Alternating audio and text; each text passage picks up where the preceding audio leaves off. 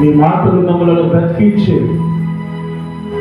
నీ మాటలు మమ్మలను ధైర్యపరిచే, నీ మాటలే మమ్మలను శాశ్వతముగా ఆశీర్వదించి అటు నీ మాటలతో నన్ను మమ్మల్ని బలపరిచి నడిపించి కొనసాగింపు చేయాలి, ధైర్యపరిచి దీవించి స్వస్థపరచమని. మీరు మాట్లాడే సమయంలో మాకు వినగల చెవులు, గ్రహించగల మనసును దయచేయాలి. యేసుక్రీస్తు నామములో వేడుకొనుచున్నాము తండ్రి, ఆమేన్. దేవుని విలువైనటువంటి మాటలని, గొప్ప భాగ్యాన్ని దేవుడు మనకు కలుగు చేసి ఉండగా ప్రతి ఒక్కరూ దేవుని మాటలు విని దేవుని మహాకృప చేత నింపబడదాం. ఈ సమయంలో దేవుడు మనతో మాట్లాడాలని ఆశపడుతున్న మరొక చక్కని అంశం, మన దేవుడు అనే అంశం ద్వారా ఆయన మనతో మాట్లాడుతుండగా ఆ విలువైనటువంటి మాటలు విందాం. మన దేవుడు మనకు చాలా కార్యాలు చేస్తాడు.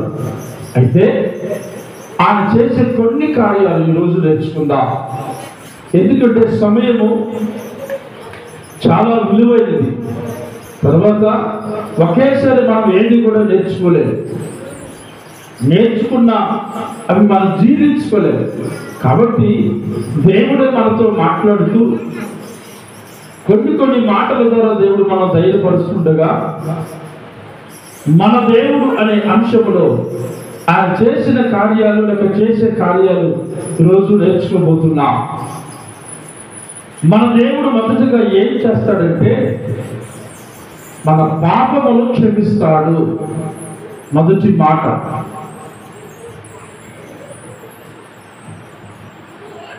మన పాపములు క్షమిస్తాడు. చూద్దాం పరిశుద్ధ గ్రంథం నుంచి దేవుని విలువైన మాటలు.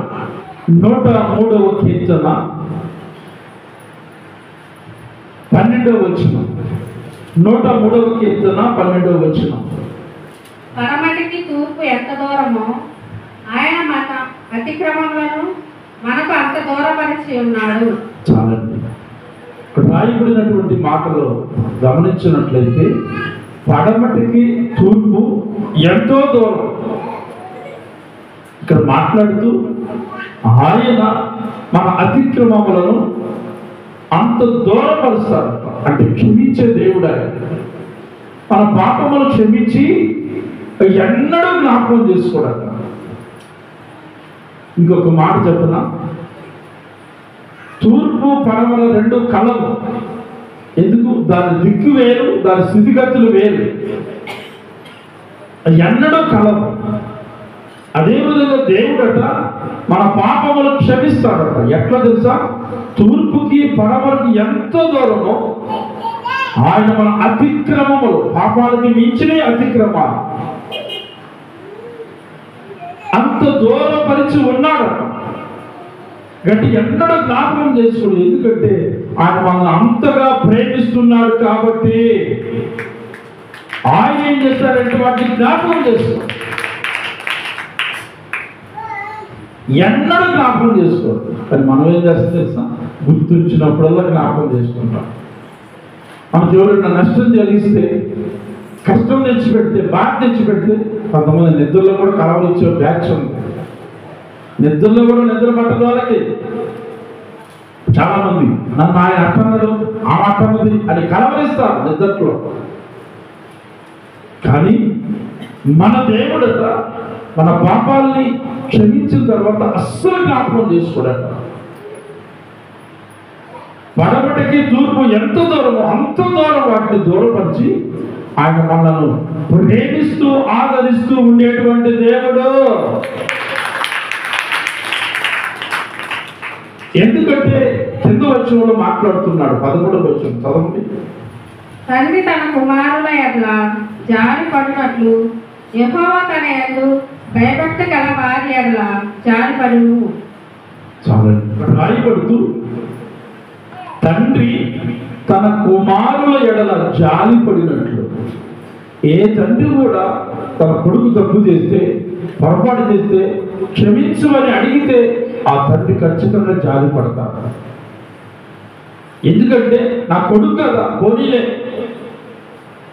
చేసిన పొరపాటు ఒప్పుకుంటున్నాడు, నేను తప్ప ఎవరు క్షమిస్తారు అని చెప్పి ఆ తండ్రి అక్కడ జాలి పడతాడు. ఈ లోకము తండ్రి జాలి పడితే నిన్ను నన్ను పుట్టించిన పరమ తండ్రి అయిన దేవుడు ఆయన ఇంకా ఎంతగా జాలి పడతాడో ఒక్కసారి ఆలోచించాలి.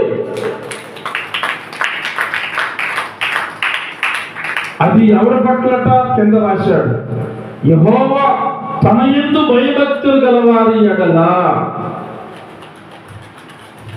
భయభక్తులు లేకపోతే జాలి పడడం నేను చెప్పట్లా, దేవుడే చెప్తున్నాడు అక్కడ. దేవుని ఎడల మనం భయభక్తులు కలిగి ఉంటేనే ఆయన జాలి పడతాడు. మన భయభక్తులు లేకపోతే ఆయన అస్సలు జాలి పడ, కఠినంగా ఉంటాడు. ఎందుకు తెలుసా? మనలో మార్పు తీసుకురాడు. మనలో కఠినత్వం పోయి ప్రేమ కలిగి జీవించడానికి దేవుడు కూడా కఠినపరుచుకుంటాడు.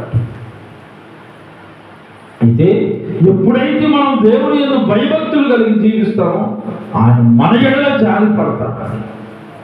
అది దేవుడికి ఉన్న గొప్ప లక్షణం. ఇప్పుడు మనం కూడా ఏం చేయాలంటే, ఎవరైనా మన పట్ల తప్పు చేస్తే, పొరపాటు చేస్తే, వాళ్ళ ప్రేమతో భక్తితో వచ్చి తప్పైంది అని అంటే ఖచ్చితంగా క్షమించాలంట. నేను మీకు ఒక మాట చెప్తాను, చాలాసార్లు చెప్పే, గుర్తుందో లేదు. మార్పు రాకపోతే దేవుడు క్షమించడు. మార్పు రాని వాళ్ళ దగ్గరికి నీ కొడుకు కావచ్చు, నీ కూతురు కావచ్చు, వాడిని ఇంకా నువ్వు ప్రేమిస్తుంటే వాడు ఇంకా పైకి పోతాడు. ఎందుకు తెలుసా? వాళ్ళు మార్పు రావట్లేదు. మార్పు వచ్చే వరకు కఠినంగా ఉండాలి. మార్పు రాకుండా పోతే నువ్వు బతిలాడితే పైకి పోతాడు, పైకి పోతుంది. ఎవరు తెలుసా? అసలు నేను నీతో మాట్లాడు, ఎవరు రమ్మన్న దగ్గరికి, ఎవరు పిలిచారు నిన్ను? నేను అర్థం చదువుకుంటా, లేకపోతే పనికన్నా పోవాలంటే పని కూడా బాగా ఏం చేస్తుంది? 3 పూట తినటానికి ఈ 5 ఏళ్ళు ఆకులు పోవడానికి యాని చేస్తుంది తిండి. అటువంటి వాళ్ళకి మనం ఏం చేయాలి తెలుసండి? నిజంగా మీరు మీ కొడుకు పట్ల, మీ కూతురు పట్ల జాలి ఉంటే కష్టపెట్టు తెలియజేసేటట్లు మీరు ప్రయత్నించారు. చాలామంది అంటారు, నేను స్కూల్కి వెళ్దామా అంటారు, కాలేజీకి వెళ్దామంటారు. చెప్పి చూడాలి. 1-2-3 సార్లు చెప్పినా వినకపోతే ఖచ్చితంగా వాడికి బుద్ధి రావడానికి కఠినమైన పని. ఇప్పుడు కఠినమైన పని ఏంటి తెలుసా? సుతారు పని. నీ కూతురులో నీ కొడుకులో ఒక వారం రోజులు నేను స్కూల్కి వెళ్తా అన్నా కూడా మీరు ఆపద్దు. వాళ్ళు మార్పు వచ్చే వరకు కఠినంగా శిక్షించాలి. కఠినంగా శిక్షించమంటాడు కానీ దేవుడు చావద్దు అని అంటాడు. చావు కోరుకోవద్దు, కఠినంగా మాత్రం శిక్షించాలి. మనంతా రివర్స్ అవ్వాలి. శిక్షించం కానీ నువ్వు అన్నట్టు చస్తవే అంటారు. ఆ మాట నిజంగా వినటానికి నాకు కర్పరం పుట్టిద్దండి. ఎవరు పలికిన మాట్లాడిన వాళ్ళు చూస్తే నాకు అసహ్యం కలిగింది. ఎందుకు తెలుసా? దేవుడు చావు వల్ల శిక్షించమన్నాడు. చావు అనే మాట మన నోట్లో రాకూడదు. ఒకవేళ తెలియక వచ్చిన దేవాలను క్షమించని వెంటనే పశ్చాత్తాపడ. అయ్యో ఏంటి ప్రభు, నా కొడుకుని, నా కూతురు నేను అన్నాను, లేక ఇల్లు పొరుగు అన్నాను, నా భర్తను అన్నాను, నా భార్యను అన్నాను, క్షమించు ప్రభు అని పశ్చాత్తాపడ. ఎందుకంటే చావు అని మనం అనకూడదు. ఖచ్చితంగా మాత్రం కఠినంగా శిక్షించమని దేవుడే చెప్తున్నాడు. మనంతా రివర్స్ అవ్వాలిగా శిక్షించం కానీ ఇదే పలుకుతుంటా. కానీ రోజు నుంచి అలా పలగకుండా నీ కుమారుడు, నీ కుమార్తెలో మార్పు రావాలంటే ఖచ్చితంగా కఠినంగా శిక్షించాలి. శిక్షిస్తే వారిలో ఖచ్చితంగా మార్పు దేవుడు కలిగిస్తాడు.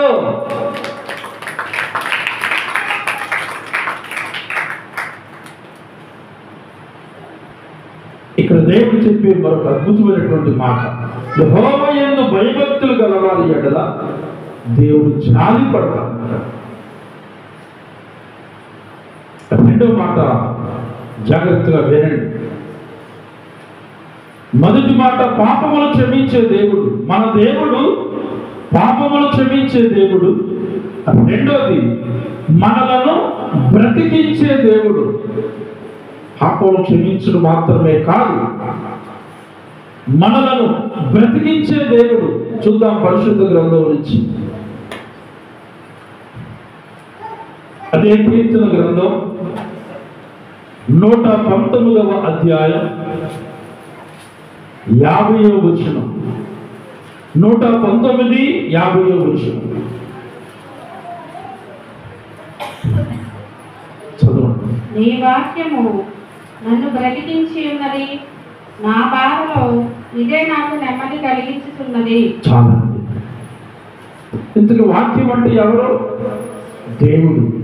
యోహాను సువార్తలో ఉంటుంది కదా, ఆది యందు వాక్యం ఉండెను, వాక్యము దేవుడి వద్ద ఉండెను, ఆ వాక్యము దేవుడై ఉండెను, ఆ వాక్యము శరీరధారిగా కృపాసత్య సంపూర్ణంగా. చూద్దాం మాకు అర్థమయ్యేవాడికి. యోహాను సువార్త 1వ అధ్యాయం 1వ వచనం. ఆది యందు వాక్యము ఉండెను, వాక్యము దేవుని యొద్ద ఉండెను, వాక్యము దేవుడై ఉండెను, ఆయన ఆది యందు దేవుని యొద్ద ఉండెను, సమస్తమున ఆయన మూలముగా కలిగెను, కలిగినదేది ఆయన లేకుండా కలగలేదు. ఆయనలో జీవము ఉండెను, ఆ జీవము మనుషులకు వెలుగై ఉండెను, ఆ వెలుగు చీకటిలో ప్రకాశించుతున్నది గాని చీకటి దాన్ని గ్రహింపకుండెను. చాలండి. దేవుడు స్పష్టంగా మాట్లాడుతూ ఆది యందు వాక్యం ఉండెను అంటున్నాడు. వాక్కు అంటే శబ్దం. ఇక్కడ అదే మాట్లాడుతూ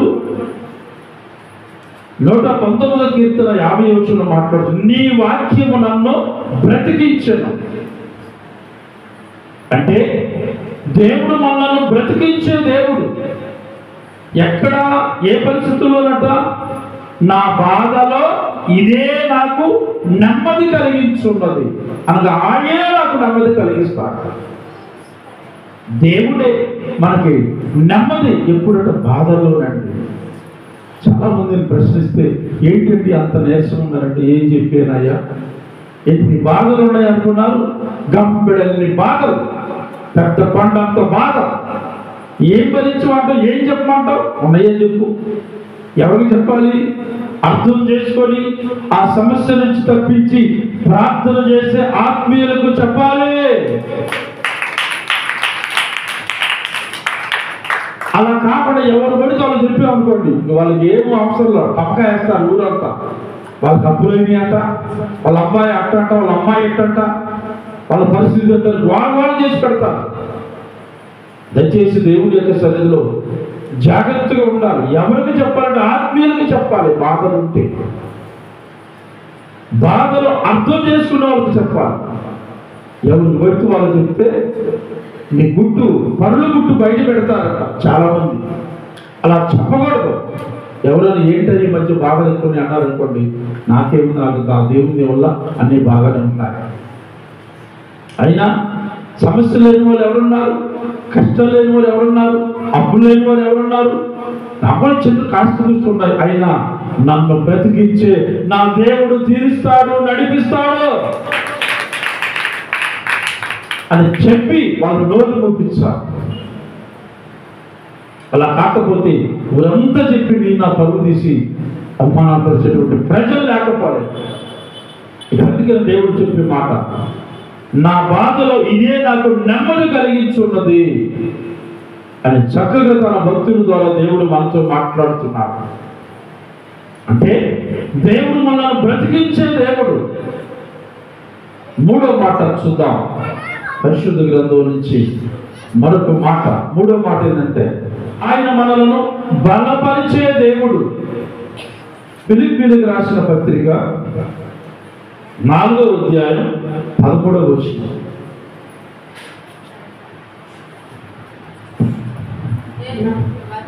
నన్ను బలపరిచి వారి అందే నేను సమస్తము చేయగలను. 14 కూడా చదవండి. ఆయనను నా శ్రమలో మీరు కాలు పుచ్చుకొనినది మంచి పని. ఫిలిప్పీయులారా, సువార్తను నేను బోధింపనారంభించి మసిడోనియాలో నుండి వచ్చినప్పుడు ఇచ్చు విషయంలోను పుచ్చుకొని విషయంలోను మీరు తప్ప మరి ఏ సంఘపు వారును నాతో పాలి వారు కాలేదని మీకే తెలియను. నన్ను బలపరచు వాని యందే నేను సమస్తమును చేయగలను అంటున్నాడు. అంటే దేవుడు మనల్ని బలపరుస్తాడు. పౌలు చెప్పేటువంటి మాట, దేవుడు పౌలు ద్వారా చెప్పే మాట, నన్ను బలపరచు వాని యందే నేను సమస్తము చేయగలను. ఇతను నిన్ను నన్ను బలపరిచేది అంటే నిన్ను నన్ను పుట్టించిన మన దేవుడు.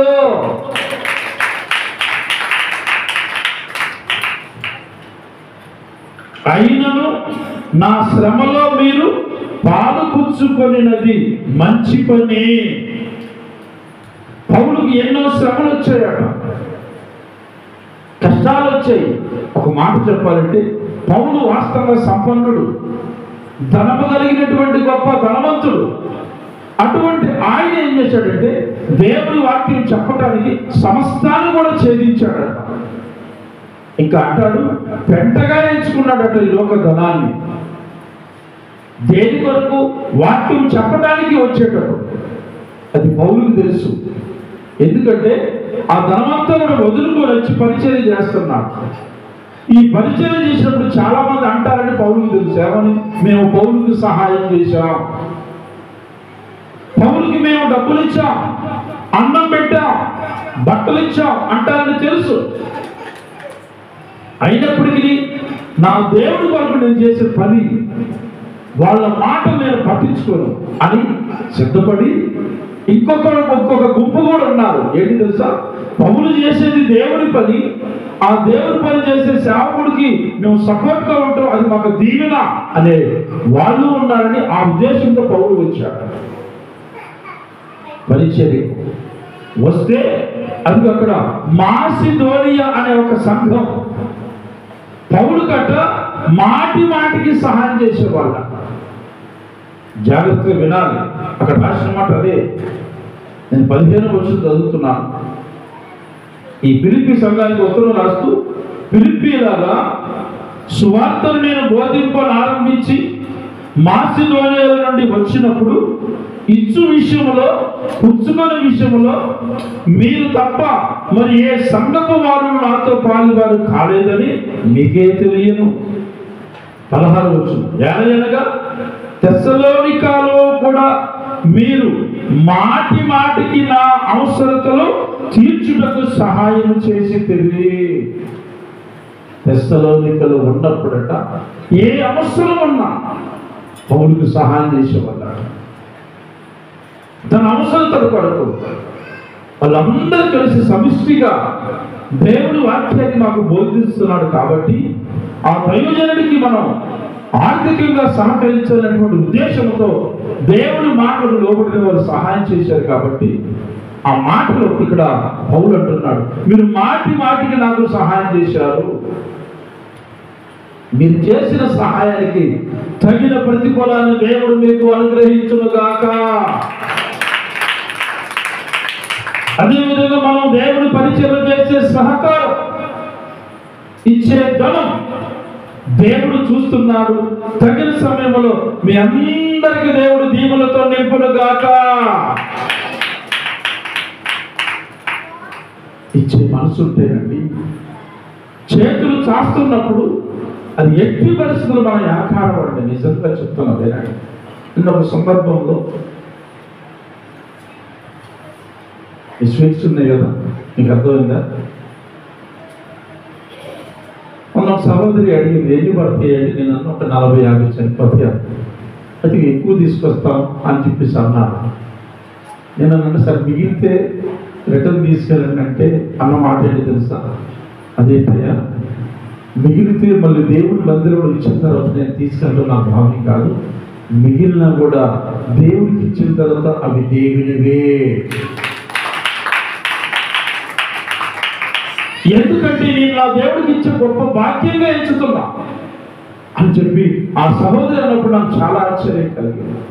నిజమండి, మనం దేవుడికి ఇచ్చేటువంటి ఆ యొక్క అర్పణ ఆయన చూస్తున్నాడు. మన సంఘంలో ఉన్నారు చాలా మంది. నిజంగా ఇక్కడ కార్యక్రమం చేస్తే వాళ్ళే మేనేజ్మెంట్ చేస్తే ఏమైనా మిగిలితే అవి దైవజనులకి సంబంధించినవి, దేవుడికి సంబంధించినవి చెప్పి అక్కడే కరివేపాకు సహా విడిచిపెట్టే వాళ్ళు ఉన్నారు.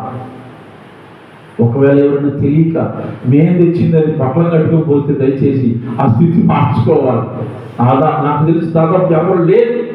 ఒకసారి అనిపిస్తుంది మనమే ఖర్చు పెట్టింది, మిగిలిన మనమే తీసుకెళ్దామని సహజంగా తెలియకుండా అనిపిస్తుంది.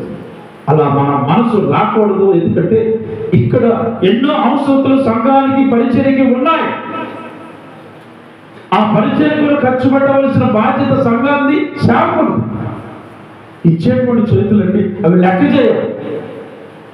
ఈయనటువంటి మనసు ఏం చేద్దంటే ఎక్కడ తెచ్చియాలి. ఒక సామెత ఉందిగా, మేమే ఆకులు నాకుతుంటే మూతులు నాకోడు ఇచ్చినట్టు మాకే వెళ్ళట్లా, మేమే తెచ్చిచ్చాం, మేము ఎక్కడ తెచ్చిచ్చాం, మేము తినడానికి తిండి లేదు, మేమే అక్క తింటాం అంటారు. దయచేసి గమనించండి. ఒకవేళ నీ కష్టం ఉన్నా, నాకు ఏ కష్టాలు లేవు, నన్ను పోషించిన నా దేవుడు ఉన్నాడు అని చెప్పాలి. అలా చెప్పగలిగితే ఆ కష్టాలు దేవుడు తొలగిస్తాడు. ఎందుకంటే దేవుడు తదాస్తు అంటాడు, ఆమేన్ అంటాడు. అప్పులున్నాయి, మేము ఆయన చిత్రం అన్నాం అనుకోండి, అక్కడ కూడా దేవుడు అంటాడు ఆమేన్ అంటాడు. అప్పులు లేకపోతే అప్పులు అయిపోతాం. కాబట్టి దేవుని యొక్క సన్నిధిలో పౌలు అంటున్నాడు, నన్ను బలపరచువాలని నేను సమస్తమును చేస్తా. ఆయన నాకున్నాడు తోడుగా, ఆయన నాకు సహాయం చేస్తాడనే ఉద్దేశంతో ఉండాలి. అక్కడ అంటున్నాడు పౌలు, మాటి మాటికి నాకు సహాయం చేశారు అని పౌలు అద్భుతంగా ఎవరి గురించి మాట్లాడుతున్నాడు తెలుసా? ఆ మాటలు చూద్దామా? 16వ వచనంలో, ఏలయనగా తెస్సలోనికలో కూడా మీరు మాటి మాటికి నా అవసరతలు తీర్చుటకు సహాయం చేసితిరి అంటూ ఇక్కడ అనుకుంటున్నాడు. ఇంకొక మాట 17వ వచనం, నేను ఈవిని అపేక్షించేలాగా చెప్పడం లేదు, కానీ మీ లెక్కకు విస్తార ఫలము రావాలని అపేక్షించి చెప్పుచున్నాను అంటున్నాడు. మీరేదో నాకు ఇచ్చారని నేను చెప్పటంలా, మీరు నాకు కాదు నా దేవుడికి ఇచ్చారు కాబట్టి మీకు నా దేవుడు సమృద్ధిగా ఇస్తాడు అని చెబుతూ 18వ వచనంలో మాట అంటున్నాడు. నాకు సమస్తమును సమృద్ధి కలిగి ఉన్నది. ఆయన అన్ని సమృద్ధిగా ఉన్నాయట. మీరు పంపిన వస్తువులు ఎపఫ్రోదితు వలన పుచ్చుకొని ఏమీ తక్కువ లేక ఉన్నాను. అవి మనోహరమైన సువాసనయు దేవునికి ప్రీతికరమును ఇష్టమైన యాగమునై ఉన్నవి. ఎంత అద్భుతమైన మాట్లాడి, ఎవరికట? దేవునికట. సువాసనగా ఆయన అంగీకరిస్తాడు.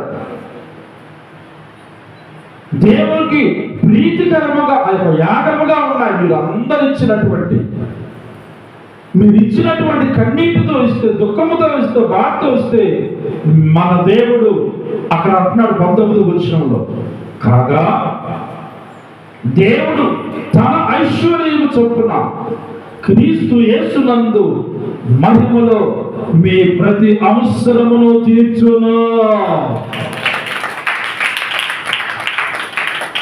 ఎందుకంట? దేవుడి పని కొరకు ఇచ్చారు, దేవుడి ఘనత కొరకు ఇచ్చారు. మీరు ఇచ్చినటువంటి దాన్ని దేవుడు తిరిగి మీకు ఇవ్వాలని నా యొక్క ఆశ అని పౌలు వాళ్ళకి ఉత్తరాన్ని రాస్తున్నారు. అంటే ఆయన మనం బలపరిచే దేవుడు. ఏ విషయంలో?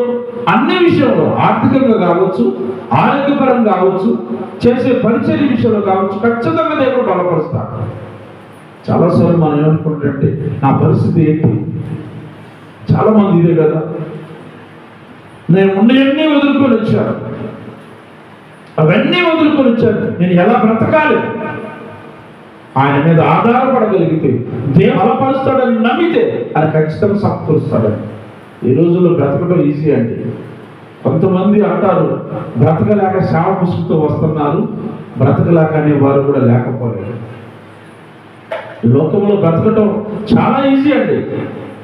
బ్రతకలేక కాదు సేవ కోసం వచ్చేది, బ్రతుకుతూ అనేకులను ప్రభు కొరకు బ్రతికించడానికి సేవకు రావాలి.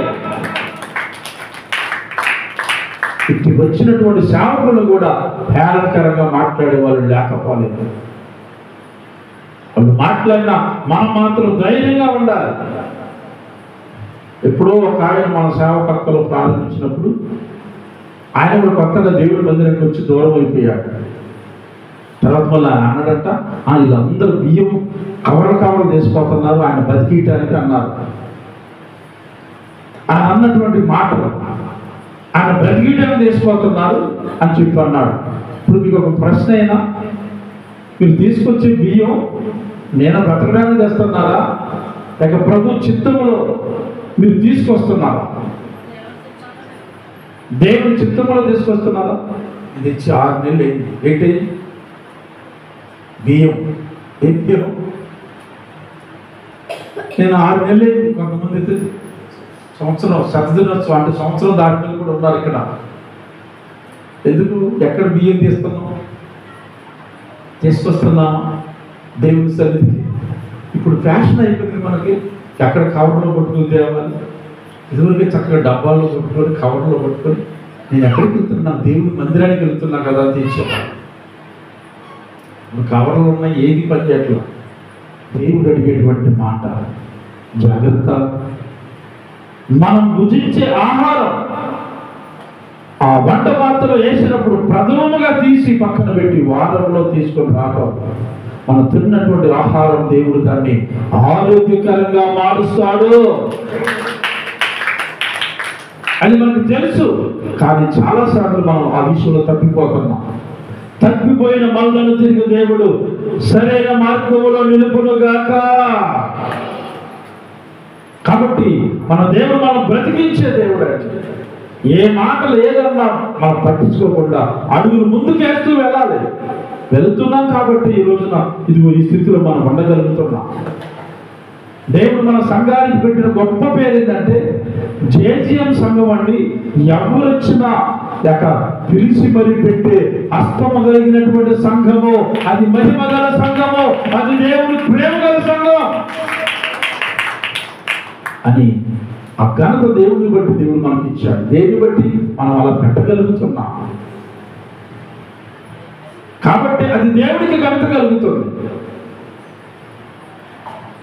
అటువంటి ఘనత కలిగేటువంటి సంఘంగా మనం అంటూ నిజంగా ధన్యులు పడతాం. ఇంక వీళ్ళు ఎటువంటి తెలుసా? ఈ మాసులోనే సంఘం కడు పేదవాళ్ళు అంటారు. వాళ్ళు బాగా పేదవాళ్ళు అయినప్పటికీ ఇచ్చే విషయంలోనంట వాళ్ళు దాతృత్వము కంటే ఎక్కువగా ఇచ్చేవాళ్ళట. దేవుడికి ఇచ్చే విషయంలో చాలా జాగ్రత్త. మన నోట్లోంచి ఒక మాట వస్తుందంటే అది ఊరంతా వ్యాపించింది. అది మంచి మాట కావచ్చు, చెడ్డ మాట కావచ్చు, అది తిరిగి మనం తీసుకోలేము. మంచి మాట అంటే అది మనకి క్షేమం. ఒకవేళ చెడ్డ మాట అంటే అది మనం ఎన్నడూ తిరిగి తీసుకోలేము. జీవితాంతం గుర్తుంటుంది. జాగ్రత్త.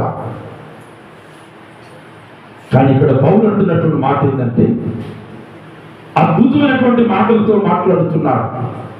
ఇవన్నీ కూడా మీరు ఇంటికి చదివితే మీకు అర్థమైంది. ఈ 4వ అధ్యాయం మొదటి నుంచి దాదాపుగా 23 వచనాలు ఉన్నాయి. అవన్నీ చదివితే చాలా విషయాలు అక్కడ దేవుడు మాట్లాడుతున్నాడు. ఒక్క మాట చదివి నేను ముగిస్తాను. అదే ఫిలిప్పీయులకు రాసిన పత్రిక 4వ అధ్యాయం 21వ వచనం. ప్రతి పరిశుద్ధునికి యేసు క్రీస్తునందు వందనములు చెప్పుడి. ఏం చెప్పాలట? ప్రతి పరిశుద్ధుడికి అంటే దేవుణ్ణి నమ్ముకున్న ప్రతి ఒక్కరికి ఏం చెప్పాలి? వందనాలు చెప్పాలి. మనం చక్కగా తెలుగు వచ్చుగా తిరిగే లేదు వందనాలు అండి అనండి. ప్రైజ్ ది లార్డ్ అండి, ప్రైజ్ ది లార్డ్ లేదు. వెరైటీగా మాట్లాడదు. కొంతమంది నాకు నవ్వు వస్తుంది. ఎందుకంటే వచ్చింది చెప్పలా? కొంతమంది పైసలు అండి అంటారు. పైసలు అంటారు. నాకు ఒక సహోదరి ఉంది. అది అంటే చెప్పాలని ఆశ, ఆమెకు నవ్వు వస్తుంది. మన ఇటువైపే ఉంటుంది చక్కగా ఈ బండ్లు రొట్టెలు అమ్ముతూ పైసలు అయ్యా అంటుంది. నాకేమంటుంది? ఏం పైసలు అంటుంది. అంటే ఆ ఉద్దేశం ఏంటంటే ప్రైజ్ ది లార్డ్ అని. ఎందుకు వచ్చిన మాట? ఇక్కడ ఏమంటున్నాడు? వందనాలండి చెప్పుకోవాలండి. చక్కగా స్పష్టమైనటువంటి భాష, వందనాలండి అని చెప్పాలి. మాకు తిరగని భాష ఎందుకు వచ్చింది బాధండి? ప్రైజులాడండి, ప్రైజులాడండి, ప్రైజులండి, ఈ మాటలు మనకెందుకు? చక్కగా ఇక్కడ ఏమంటున్నాడు? వందనములు చెప్పుకోవాలి. ఇక్కడ పౌలు రాస్తూ 22 వచ్చాడు, నాతో కూడా ఉన్న సహోదరులందరూ మీకు వందనములు చెప్పుచున్నారు. పరిశుద్ధులందరూ, ముఖ్యముగా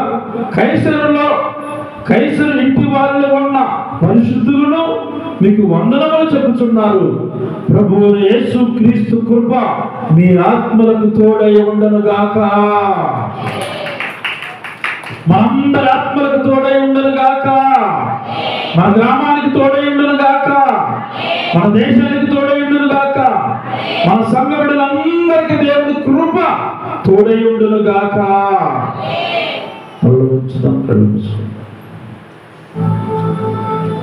పరిశుద్ధులైన మాటలు, మీ విలువైన మాటలు నన్ను బలపరచాలి. ఈ మాటలు మా అందరి జీవితాలు మేలుకరంగా మార్చి, దీవెనకరంగా మార్చి, ఈ సరిగ్గా మేము ఎదగడానికి సహాయం చేయాలి. మన దేవుడు అని యేసయ్య, మీరు మా దేవుడిగా ఉన్నందుకు స్తుతులు. మా పాపమును క్షమించే దేవుడు, మమ్మల్ని బ్రతికించే దేవుడు, మమ్మల్ని బలపరిచే దేవుడు అని యేసయ్య మీకు స్తుతులు. మేము ఏ విషయంలో కృంగిపోక, నీరసల్లక, మా దేవుడు ఉన్నాడని మీ మీద ఆధారపడుతూ ప్రతి క్షణం మమ్మల్ని మేము పరీక్షించుకుంటూ ఈ సరిగ్గా ఎదగగా ఈ వాక్యం అందరి హృదయంలో ఫలించేవాడు, దీవించి ఆశీర్వదించేవాడు. యేసుక్రీస్తు నామములో వేడుకొనుచున్నాము తండ్రి, ఆమేన్.